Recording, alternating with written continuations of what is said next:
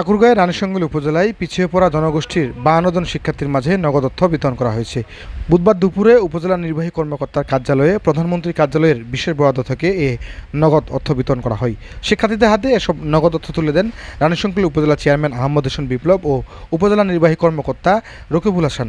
এ সময় উপজেলা প্রকল্প বাস্তবায়ন কর্মকর্তা শামিয়েল মার্ডি, জ্যেষ্ঠ সাংবাদিক নুরুল হক সহ ক্ষুদ্র নিগোষ্ঠী সংগঠনের নেতৃবৃন্দ ও শিক্ষার্থীদের অভিভাবকবৃন্দ উপস্থিত ছিলেন। প্রাথমিক পর্যায়ে 25 জন শিক্ষার্থীকে 2500 টাকা, মাধ্যমিক পর্যায়ে 18 জন শিক্ষার্থীকে 6000 টাকা এবং উচ্চ মাধ্যমিক পর্যায়ে 9 জন শিক্ষার্থীকে 9000 টাকা করে মোট 2,56,000 টাকা বিতরণ করা হয়। বঙ্গবন্ধু কন্যা জননেত্রী শেখ হাসিনার উদ্যোগে পিছিয়ে পড়া নৃগোষ্ঠী আদিবাসীদের সন্তানদের সুশিক্ষিত করার জন্য প্রাথমিক লেভেল থেকে শুরু করে হাই স্কুল পর্যন্ত জননেত্রী শেখ হাসিনা বিভিন্নভাবে সহযোগিতা দিয়ে যাচ্ছেন। কলেজে পড়া ছাত্রছাত্রীদেরকে সহযোগিতা দিয়ে যাচ্ছেন।